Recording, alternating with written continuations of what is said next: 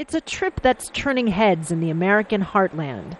The passengers stepping off of the bus and into the spotlight, a group of sisters in trouble with the Vatican for, of all things, focusing too much on the plight of the poor. And we get food items ready for them. Like those served at this food pantry in Dubuque, Iowa.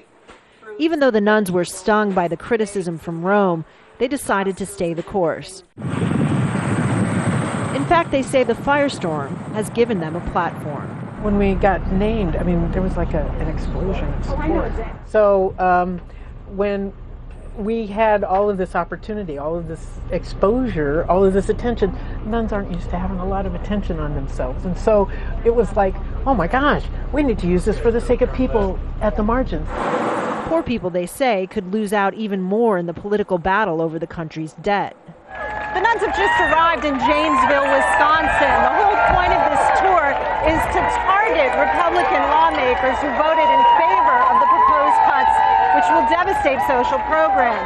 This is the home office of Paul Ryan, the congressman who authored that plan. Thank you! Thank you! The nuns delivered an alternative budget that favors a safety net for the worst off instead of tax cuts for the rich. Though Ryan wasn't there to receive it, a huge crowd of supporters were. How can you take away food from the poor? How can you take away health care for the elderly? He's going against every Catholic principle there is. I'm very supportive of the nuns and what they're doing. There's a heavy element of social justice in the Catholic tradition, which I highly respect. Of course, not all Catholics agree with the sisters. Well, I think that partisan politics is really, in Catholic thought, the domain of the laity. So it just really kind of strikes me as inappropriate. Ryan, who's been campaigning on a pledge to cut, issued a statement saying the social programs in fact hinder people's chances to move up in society. We're not giving up. But the nuns remain hopeful of a compromise. Democracy requires us to be able to talk to each other about difference. Right now, in a political year, they'd rather have sound bites and fights.